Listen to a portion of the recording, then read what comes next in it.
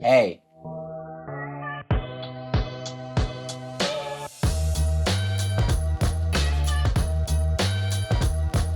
So basically, this particular video is to just show you that technology is sweet. You don't understand? What you're seeing here, like what you're seeing here, this is technology. Now he's looking at me. He's looking at me. You want him to look at you? He's looking at you already. So basically, I am making this video to tell you that the Ronin Rs4 is a blast. I am not going to be going through the specs, but I'm going to be going through some of the things that made me buy this particular one. It is a little bit more expensive than the Rs3, but maybe later I'm going to make a better review about this. But for now, I have shown you one of the reasons why I bought it.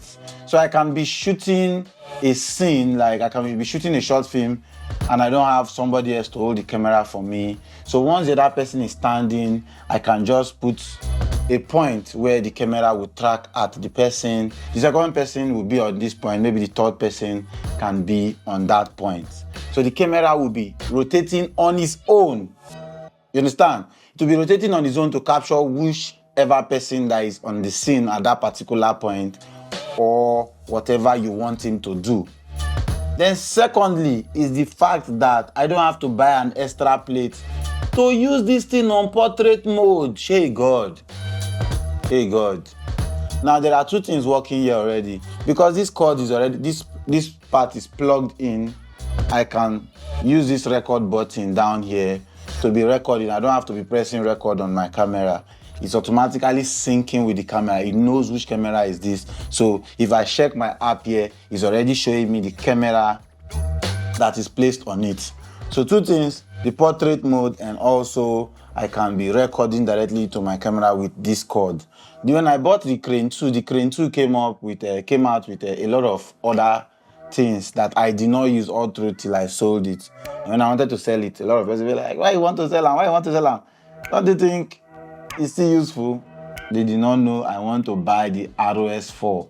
So here is the Rs4. I can proudly tell you that in this city where I'm staying, I am the first person to buy the Rs4. I've seen people use the Rs3, the Rs2, but not the Rs4. Then another thing I like about this particular gimbal is the fact that it has a simple lock. I think this is going to be the last thing I'm going to talk about in this video. Probably I'm going to talk about some other things in another video. I think the body was even recoated. The body is better, and this measurement ruler here that could help you. There are some measurement ruler on the body that could help you easily just know how to set your camera. Once you've set your camera and you know where those dots are, whenever you want to set it again, just place it like that. It automatically, it will just be in your head that, okay, here it's supposed to be 4, here it's supposed to be 3, here it's supposed to be 2. You're good to go. Then you don't have to be swinging your gimbal around when you're moving around. You understand? You don't have to be moving around with your gimbal just shaking every time like this. Whenever you're done shooting and you want to switch your gimbal lock, this is very, very easy. Once I press this button once, it's locked. You understand? So there is another way of locking this also. Once this is off like this because I already locked it before. But if I want to lock it the normal way, once I turn it on. Once I turn it on like this, it's on like this. If I want to turn it off and I want to move around with it without stress, I press and hold. It's locked. It's locked. So I can move around with it like this. So these are some of the new features that I like. I'm going to make a comprehensive video. And also these buttons that have been brought out. These buttons, instead of to be doing everything inside. Before the Rs3, if you want to shoot portrait mode, you have to go inside and be touching setting. No, we don't big pass like that. Now is on the portrait mode. If I want to switch it to the the landscape mode, I will just have to lose here. Once I lose there off, press here. is off. I can now switch it to landscape mode like this and lock it again.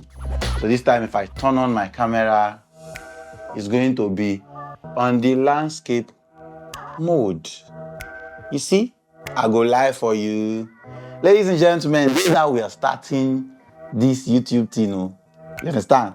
So I hope this video was helpful. I hope you like it. I know you like it. Nobody will see this and not like it. And since this gimbal came, I have been shooting. I've been shooting every day. See, you see how slow this is? It's because I set it that way. If I remove this thing from custom and take it to fast, and